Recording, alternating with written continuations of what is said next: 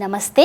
विज्ञान तथा प्रविधिसँग सम्बन्धित विषयवस्तुहरू समेटेर तयार पारिने यस विज्ञान प्रविधि कार्यक्रम हेरेर बस्नुभएका सम्पूर्ण दर्शकवृन्दमा म मञ्चिताको तर्फबाट हार्दिक स्वागत तथा न्यानो अभिवादन। नास्टद्वारा सञ्चालित नेपाल टेलिभिजनबाट प्रसारण हुने यो कार्यक्रमलाई तपाईहरूले आइतबार बिहान 11:30 बजे पुनः हेर्न सक्नुहुनेछ। आउनुहोस् कार्यक्रम पनि सुरु गरौँ।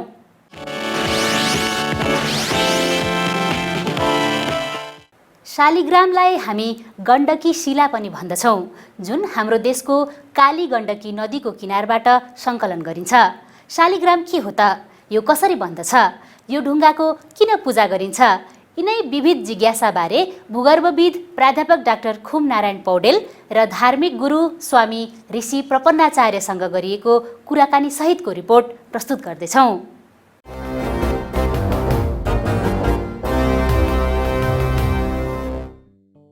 हाम्रो देश नेपालको गण्डकी नदीको सहायक नदी काली गण्डकीको किनारबाट सङ्कलन गरेको ढुङ्गाको एक विशेष प्रकार हो शालिग्राम। पश्चिम नेपालको काली गण्डकी नदी यसको लागि प्रख्यात छ।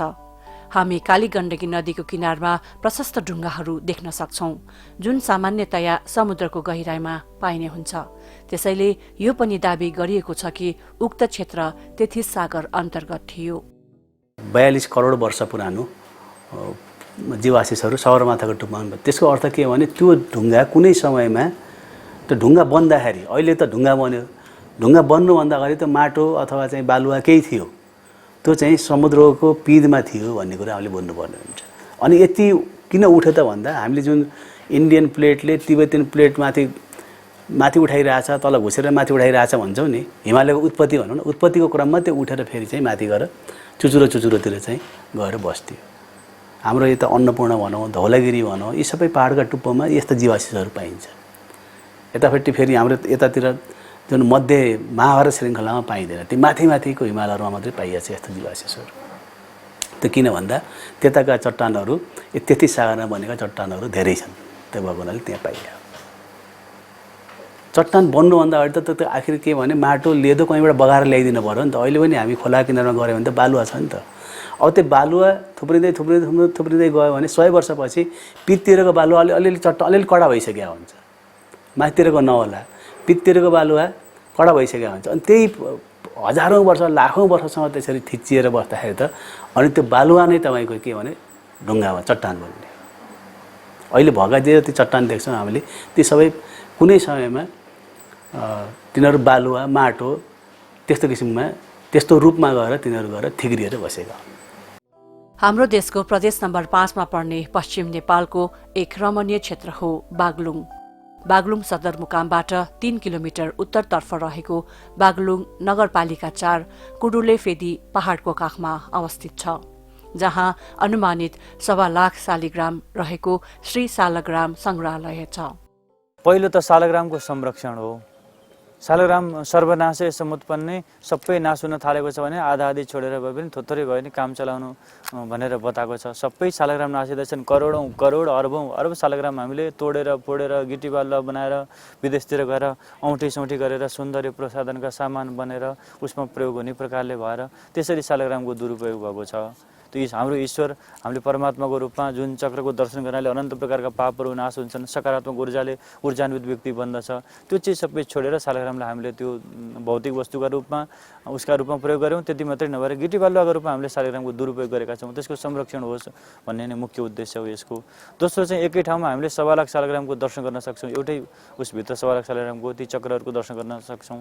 एउटा प्रेरणा पनि होस्। गण्डकी प्रकृति र संस्कृति जोगाउने चिज हुन्, नाश गर्ने चिज होइनन्। यिनलाई जोगाउनुपर्छ भनेर एउटा सन्देशमूलक पनि हो।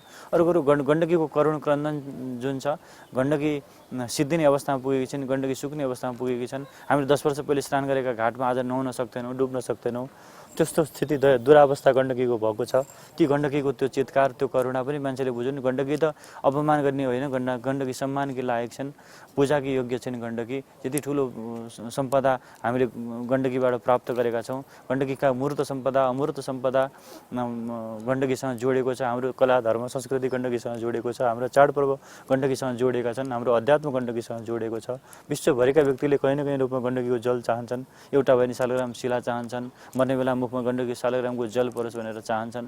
यति ठुलो महत्ता गरिमा भएकी गण्डकी नदी, यति ठुलो विशेषता भएको मुक्ति क्षेत्र, परिपूर्ण देवत्व भएका शालिग्राम भगवान, यिनको संरक्षण र उचित जरुरी छ भन्ने यही सन्देश प्रवाहका लागि नै शालिग्राम सङ्ग्रहालयको स्थापना भएको।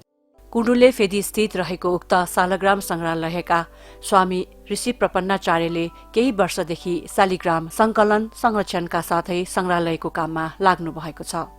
आफ्नै परिकल्पना र मेहनतबाट कुण्डुलेमा नेपालकै एकमात्र शालिग्राम सङ्ग्रहालय बनेको छ। नाम चाहिँ शास्त्रमा नाम बताएको छ, 1 चक्र 2 चक्र 3 चक्र गरेर शालिग्रामहरूको नाम छ। मैले आफ्नो जीवनमा 14 चक्रसम्म भएका शालिग्राम देखेको छु। ती सबै अझै यहाँ संरक्षण गर्न सकेको छैन। यो त 14 वर्षको जीवनकाल हो। हामीले धेरै समय शालिग्रामका लागि खर्च गऱ्यौँ, धेरै दिन शालिग्रामको लागि मिहिनेत गरेका छौँ। 14 चक्रसम्मका शालिग्राम देखिएको छ। ती अलग अलग गुफा, अलग अलग आकार प्रकारमा ती भेटिन्छन्। गुफाका भित्र तल चक्र, माथि चक्र, एउटै शालिग्राममा 4वटा चक्र, 4 चक्र भएकोको नाम लक्ष्मीनारायण, 2 चक्र भएकाको राधाकृष्ण सीताराम, त्यही स्वरूप अनुसार उनीहरूको त्यही नाम युगल स्वरूप भनेर शालिग्रामलाई बताएको छ। अनि नाभि चक्रम समुन्नतम, बीचमा उन्नत नाभि चक्र भएकालाई पद्मनाभ भनेको छ। अनि कमलको आकृति एउटा चक्र होस्, धनुषको आकृति होस्, उनलाई राम, त्यसरी माखन चोर, सन्तान गोपाल, त्यसरी शालिग्रामका अलग अलग नाम छन्। त्यो चाहिँ लक्षण हेरेर, पुराणका आधारमा र स्वरूपका आधारमा दुईटै हेरेर त्यसबाट निर्धारित हुने हो त्यो स्वरूप चाहिँ। धार्मिक दृष्टिकोणले पूजनीय कालो रङको शिला अर्थात् ढुङ्गा नै शालिग्राम हो। संस्कृतमा यसलाई शालग्राम भनिन्छ। शालग्रामलाई धार्मिक दृष्टिकोणले भगवान विष्णुको प्रतिनिधित्वको रूपमा प्रयोग गर्ने गरेको पाइन्छ। शालग्राम त स्वाभाविक ढङ्गले हेर्दा एउटा ढुङ्गो जस्तै देखिन्छ। एक नजरले हेऱ्यो भने, सिधै हेऱ्यो भने, 5 को नोट समातेर हेऱ्यो भने, 100 को नोट हेऱ्यो भने सिधै हेर्दा कागज मात्रै देखिन्छ। त्यसलाई बुद्धिले हेऱ्यो भने त्यो चाहिँ 100 को नोट हो, यसले धेरै काम गर्छ, यो चाहिँ 1000 को नोट हो भनेर विवेकले हेर्नुपर्छ, बुद्धिले हेर्नुपर्छ। सहज ढङ्गले हेर्दा देख्ने मान्छेले चाहिँ, जसले पैसा भन्ने जानेको छैन उसले चाहिँ ढुङ्गा नै जान्दछ, शालग्राम भन्ने जान्दैन। त्यसका लागि चाहिँ प्रज्ञाचक्षु भनेर चाहिन्छ, ज्ञान नेत्रको खाँचो पर्दछ। अनि शालग्रामको महत्ताको जानकारी नभइकन यो पुरातात्विक दृष्टिकोणले र ऐतिहासिक दृष्टिकोणले पनि र धार्मिक दृष्टिकोणले, शास्त्रीय हिसाबका दृष्टिकोणले पनि हेऱ्यो भने मात्रै त्यो नजरले हेर्नु पर्दछ। अनि बल्ल शालग्रामको महत्ता हामीले बुझ्न सक्छौँ। दोस्रो, शालग्रामलाई अहिले प्रायः समाजमा प्रचलित चाहिँ फोसिल भनेर अम्किने चलन छ। जीवावशेष भनेर, नेपालीमा जीवावशेष भनेर अम्किने चलन छ।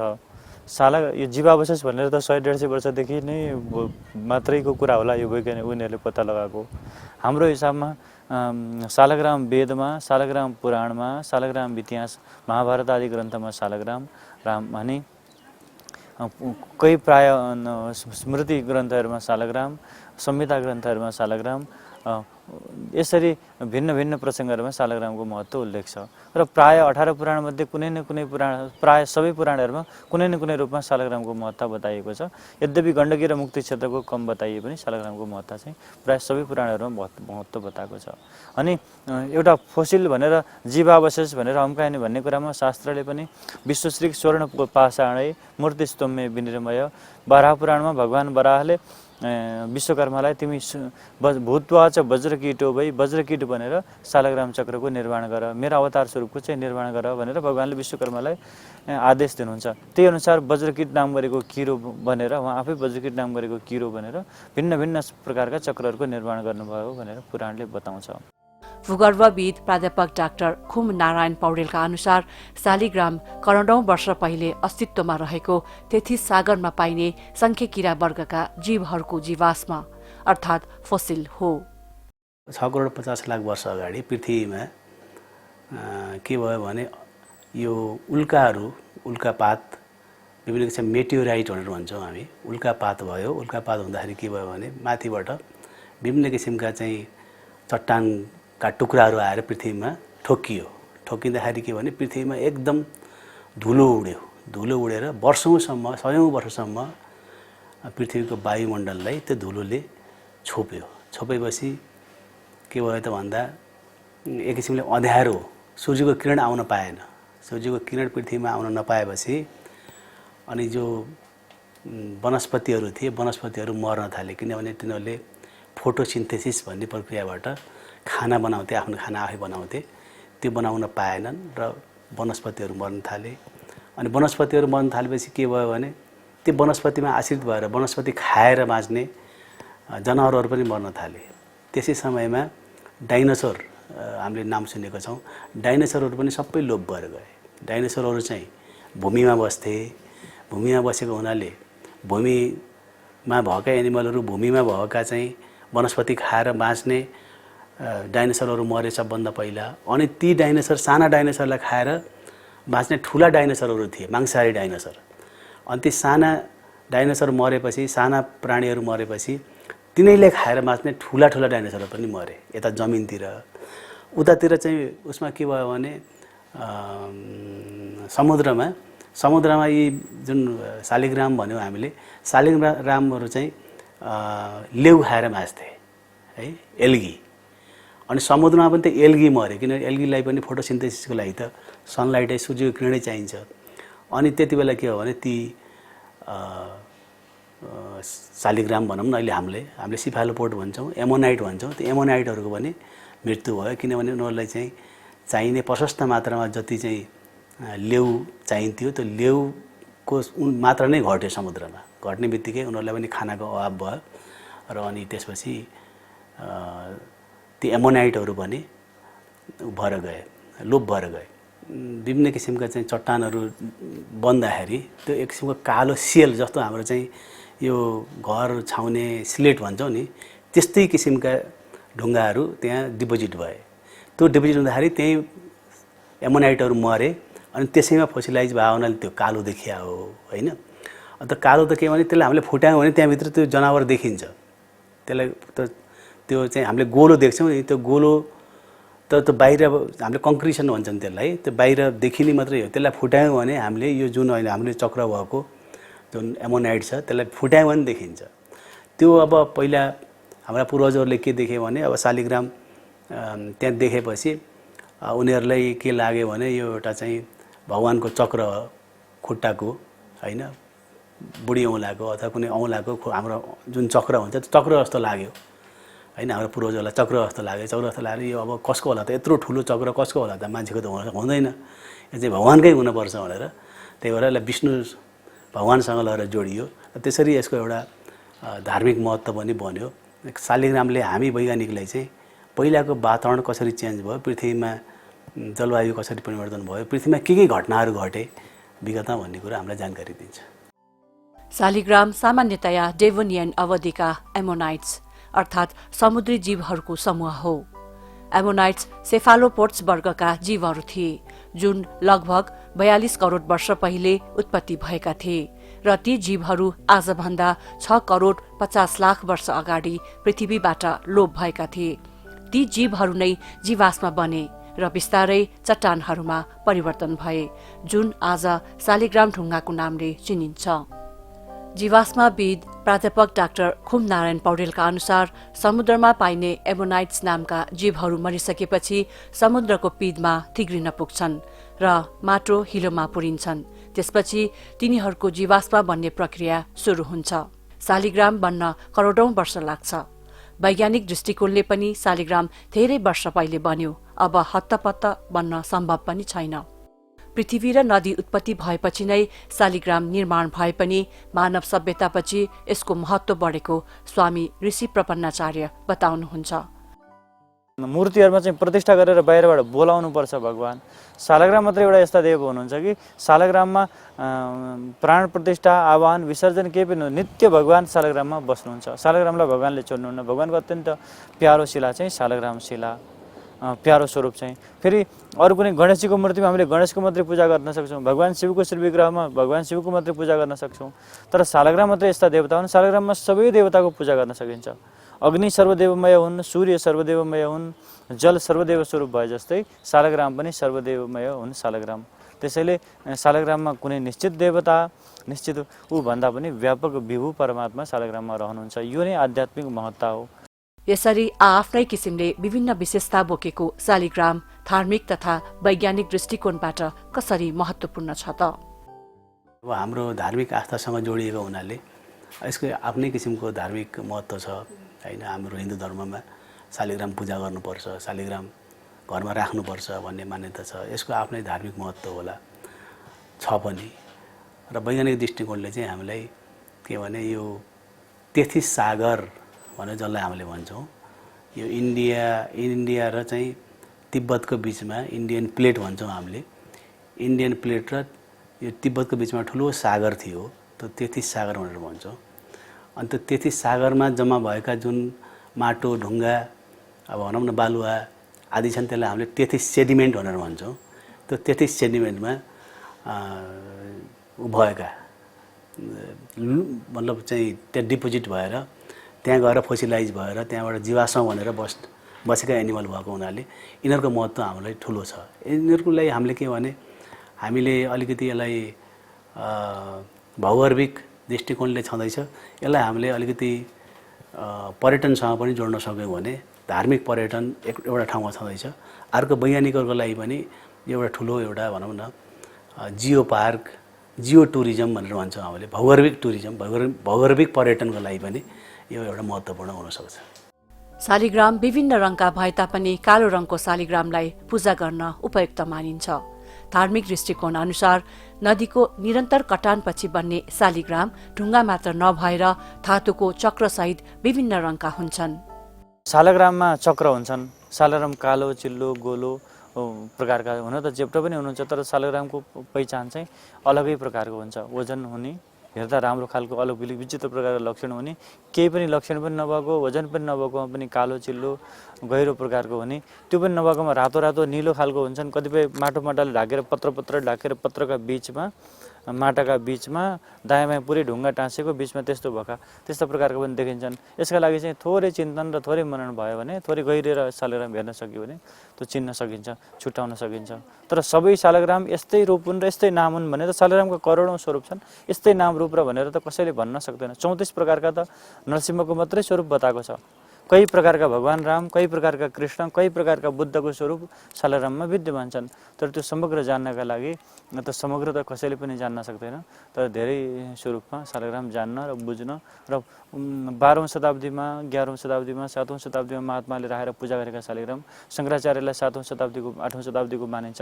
शङ्कराचार्यले बद्रीनाथको शालिग्रामको स्थापना गर्नुभएको छ। करिब 3000 वर्ष पुरानो मानिन्छ जगन्नाथपुरीको जगन्नाथ मन्दिर। जगन्नाथ मानिन्छ अहिलेका हिसाबले, हामीले त युगौँ युगको भनेर मान्छौँ जगन्नाथपुरीलाई। त्यहाँ भगवानको छातीमा शालिग्राम राखिन्छ मध्यरात्रिमा। पुरानो यो 12 वर्षमा मूर्ति बदल्ने बेलामा मध्यरात्रिमा आँखामा पट्टी बाँधेर पुरानो मूर्तिबाट शालिग्राम झिकेर नयाँ मूर्तिमा राखिन्छ। त्यहाँको प्राण प्रतिष्ठाको विधि त्यही हो। त्यो करिब 3000 वर्षदेखि पूजित भएका कुराहरू छन् र महात्माहरूको चरित्रहरूमा पनि र प्राय सबै पुराणहरूमा पनि उल्लेख भएको दृष्टिकोणले शालिग्रामको पूजा आराधना पनि ऐतिहासिक धेरै प्राचीन कालदेखि शालिग्रामको पूजा भयो। जुन समयमा सायदै सृष्टिको पश्चात मूर्तिहरूको खोजी पूजा गर्ने जो क्रम चल्यो, त्यसको सबैभन्दा आदि मूर्तिभन्दा पनि पहिला सनकादि महर्षिहरूले, नारदजीहरू आदिले पनि शालिग्रामको पूजा गर्नुभयो आदि प्रसङ्गहरू उल्लेख छन्। कतिपय शालिग्रामका भित्री भागमा सुन जस्ता टल्किने धातु समेत रहेका हुन्छन्। त्यो कालो माटोमा बनेको हुनाले कालै हुन्छ होइन। अब कहिलेकाहीँ चाहिँ त्यो त्यसमा चाहिँ विभिन्न अरू केमिकलहरू जम्मा भएर, जस्तो पाइराइट भनेर भन्छौँ हामीले, अलिकति सुन जस्तो देखिने त्यस्तो केमिकलहरू प्रेसिपिटेसन भएर त्यस्ता केमिकलहरू जम्मा भएर कहिलेकाहीँ भित्र फोरेर हेर्यो भने सुन जस्तो पनि देखिन्छ। तर त्यो सुन होइन, त्यसको केमिकल कम्पोजिसन चाहिँ आइरन सल्फाइड हो। त्यो तर पाइराइट भनेर भन्छौँ हामीले। त्यो चाहिँ फलामको धाउ भनेर, फलामको धाउ हो, फलाम बन्छ त्योबाट। त्यो टल्किने जुन पदार्थ हो त्यसबाट फलाम बनाउन सकिन्छ धेरै मात्रामा पाइयो भने। तर के भने त्यो चाहिँ सुन होइन। हामीले चाहिँ कहिलेकाहीँ चाँदी जस्तो पनि देखिन्छ, चाँदी जस्तो पनि त्यही सुन जस्तो देखिने चिज नै अलिकति डिकम्पोज भएपछि चाँदी जस्तो बन्ने हो। तर वास्तवमा भन्ने हो भने ओरिजिनलमा चाहिँ त्यस्तो किसिमको चाहिँ त्यो टल्किने पाइराइट हामीले देख्न सक्छौँ ओरिजिनलमा। तर यो डुप्लिकेट बनाएकोमा चाहिँ त्यस्तो हुँदैन। त्यो फोरेर हेर्दाखेरि पाइराइट देखिँदैन त्यसमा। सक्कली वा नक्कली शालिग्राम कुन हो भनेर हामीले कसरी चिन्ने त? के भन्नुहुन्छ यस बारेमा सन् 2002 मा भियन्ना विश्वविद्यालय अस्ट्रियाबाट जीवाश्ममा विद्यावारिधि गर्नुभएका डाक्टर पौडेल। नक्कली कुन मेटेरियलले बनाएको छ भन्नेमा भर पर्छ। हाम्रो त के भने माटो नै हो। त्यो जुन हामीले जुन कालो जुन भेट्छौँ नि, काली गण्डकी किनारमा त्यो एउटा माटो नै हो। माटो अलिकति चाहिँ कडा भएर बसेको माटो होइन। अब यता प्लास्टिकको बनाएर बिक्री गर्लान् अथवा त्यस्तै कालो माटो डल्लो पारेर कालो माटो गोलो बनाएर पोलेर जस्तो हामीले इँटा बनाउँछौँ त्यस्तो गरेर पनि बनाएर बिक्री गर्लान्। अन्त छुट्याउन त त्यसलाई त्यो केमिकल एनालिसिसै गर्नुपर्ने हुन्छ, केमिकली नै हेर्नुपर्ने हुन्छ, त्यसको कम्पोजिसनै हेर्नुपर्ने हुन्छ, केले बनाएको छ त भनेर त्यसलाई फुटालेर अथवा त्यसलाई चाहिँ माइक्रोस्कोपमै हेरियो भने पत्ता लगाउन सकिन्छ। तर त्यो अब गर्नको लागि अलिकति चाहिन्छ, समय चाहिन्छ। आजभोलि काली गण्डकीको ढुङ्गा, गिटी, बालुवा दोहन, ढल तथा फोहोर फाल्ने, बाँध बाँध्ने जस्ता कामहरूले गर्दा शालिग्रामको संरक्षण हुन नसकेको अवस्था छ। शालिग्राम संरक्षणका लागि के गर्न सकिन्छ भन्ने जिज्ञासामा स्वामी ऋषि प्रपन्नाचार्य यस्तो भन्नुहुन्छ। एक दिन दुई दिनको चर्चाले, एक दिन दुई दिन कुनै दर्शनवालाले तर्क गरेर आएका वस्तु होइन, यो त हजारौँ वर्षदेखि खारिएर आएका वस्तु हुन्। हजारौँ वर्षदेखि जो परम्परा हो, पिपल पूजा गर्ने, तुलसीको पूजा गर्ने, हामीले रुद्राक्षको महत्ता जान्ने, कालीगण्डकीको नदीको, हिमालको पहाडको महत्ता जान्ने कुरा त धेरै पहिलेदेखि हाम्रो पुर्खाहरू सचेत थिए। यसका भित्रको आन्तर्य उनीहरूले बुझेका थिए, त्यसैले यसको संरक्षण र सम्वर्धन गरे। त्यो हामीले अहिलेका पुस्तालाई पनि बुझ्न, त्यसबारेमा थोरै चिन्तन मनन गर्न र पूर्वीय संस्कृति र आफ्नो धर्म संस्कृति परम्पराप्रति सचेत र सजग रहन सबैलाई आग्रह गर्दछु। यसरी विभिन्न दृष्टिकोणबाट बहुउपयोगी बहुमूल्य शालिग्रामलाई विगतको समय, मौसम, हावापानी, जलवायुमा परिवर्तन सम्बन्धी अध्ययन अनुसन्धानका लागि एक सूचकको रूपमा लिन सकिन्छ। आशा गरौँ आगामी दिनमा अन्य अन्वेषणका लागि पनि यसले महत्त्वपूर्ण भूमिका खेल्नेछ। मैले नित्य पूजामा हाम्रोमा तिलको दानो जत्र शालिग्राम पूजा गर्छौँ हामीले। त्यति धेरै साना शालिग्राम पनि हो, त्योभन्दा साना पनि हुन्छन्, हामीले भेटाउन नसक्नु चाहिँ छुट्टै कुरो हो। तर शालिग्रामको चाहिँ विचित्र स्वरूपहरू छन् र विचित्र प्रकारको सामर्थ्य पनि छ शालिग्राममा, त्यो शक्ति पनि विचित्र प्रकारको छ।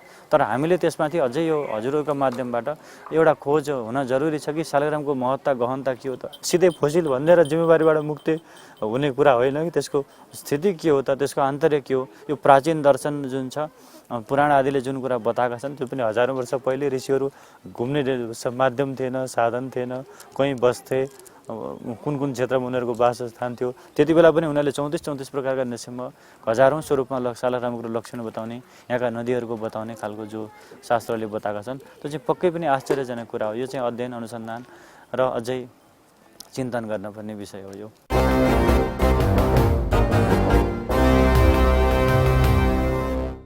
दर्शकवृन्द, आजको कार्यक्रम तपाईहरूलाई कस्तो लाग्यो? आफ्ना सुझाव तथा प्रतिक्रियाहरू हामीलाई अवश्य पठाउनुहोला। यहाँहरूको सुझावले नै हामीलाई अझ परिष्कृत बन्न मद्दत गर्नेछ र यसका लागि हामीलाई पत्राचार गर्ने ठेगाना हो विज्ञान प्रविधि टेलिभिजन कार्यक्रम, नेपाल विज्ञान तथा प्रविधि प्रज्ञा प्रतिष्ठान, नास्ट, पोस्टबक्स नम्बर 3323 काठमाडौँ, नेपाल। र हाम्रो इमेल ठेगाना रहेको छ vigyanpravidi@nast.gov.np। त्यसैगरी हाम्रो वेबसाइट रहेको छ www.nast.gov.np। र यस कार्यक्रमलाई तपाईहरूले युट्युबमा नास्ट नेपाल राखेर पनि हेर्न सक्नुहुनेछ। हवस् त, आजलाई विज्ञान प्रविधि कार्यक्रमका सामग्रीहरू यति नै। आगामी साता पुनः यस्तै विज्ञान तथा प्रविधिसँग सम्बन्धित विषयवस्तुहरूका साथ उपस्थित हुने नै छौँ। त्यतिन्जेलसम्मका लागि सम्पूर्ण युनिट बिदा माग्दछौँ। नमस्ते।